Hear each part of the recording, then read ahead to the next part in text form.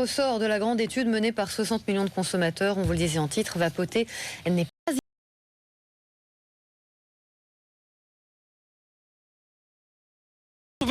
Le formaldéhyde, c'est du formol. C'est un produit qui est connu pour être cancérogène et on en trouve en quantité non négligeable dans certaines cigarettes électroniques. On trouve aussi ce qu'on appelle de l'acroléine. C'est une substance qui est toxique, très toxique, notamment par inhalation. On trouve ce qu'on appelle de l'acétaldéhyde. C'est également une substance qu'on soupçonne d'être cancérogène.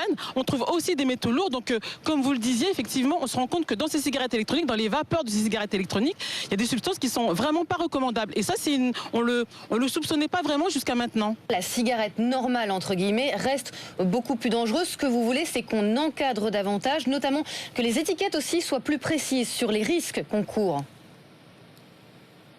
Oui, c'est clair qu'on ne retrouve pas dans la cigarette électronique tous les composés toxiques de la cigarette classique. Il n'y a pas de tabac, donc il n'y a pas de goudron, etc. Ça, c'est clair.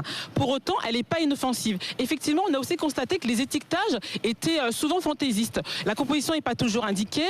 Le taux de nicotine indiqué n'est pas celui que nous avons mesuré. Dans certains cas, il y a des grandes différences. Certains ingrédients, ce qu'on appelle le propylène glycol, ils disent qu'il n'y en a pas. Et quand on mesure, on regarde, on se rend compte qu'en fait, il y en a.